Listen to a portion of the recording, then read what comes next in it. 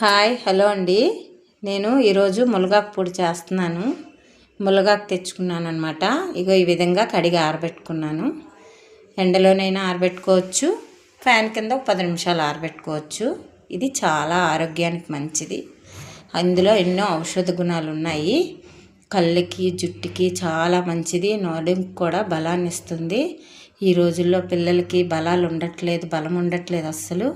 వాళ్ళకి పెట్టండి, చేసి చాలా మంచిది. ఆరోగ్యంగా ఉంటారు పిల్లలు. చాలా టేస్టీగా కూడా ఉంటుంది. ప్రతిరోజు అన్నంలో ఒక 4 ముద్దలుగా ఈ పొడి వేసి పెట్టండి. నేను పొడి చేసుకొని చూపిస్తున్నాను చూడండి. బాండీ పెట్టి సిమ్లో వేపుకోవాలన్నమాట. చూసారు కదా, ఈ విధంగా సిమ్లో వేపుకొని వారుగా పొడి పొడిగా అయిపోయేలాగా వేపుకోవాలి. ఆరోగ్యానికి మంచిదండి. పిల్లలకు మాత్రం తప్పనిసరిగా పెట్టండి. ఇది చాలా మంచిది. ఔషధ గుణాలు ఉన్న మునగాకు అన్నమాట. చూసారు కదా, ఈ విధంగా పొడిగా వేపేసాను. ఇలా అయిపోవాలన్నమాట. ఇది పక్కన పెట్టుకొని మళ్ళీ బాండీ పెట్టుకోవాలి.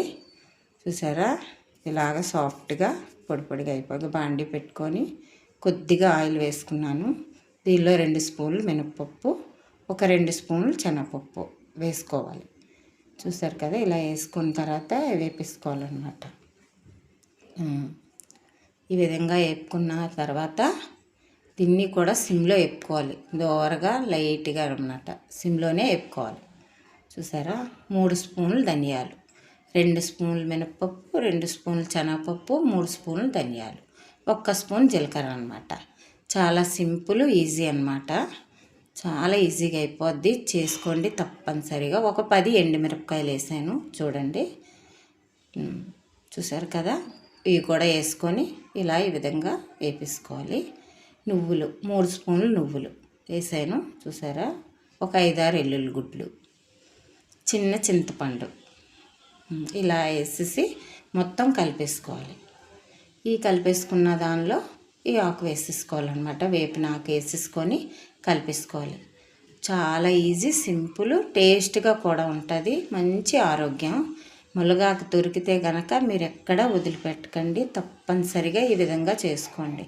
చాలా రుచిగా ఉంటుంది. తగినంత ఉప్పు వేసుకొని మిక్సీ పట్టేసుకోవడమే.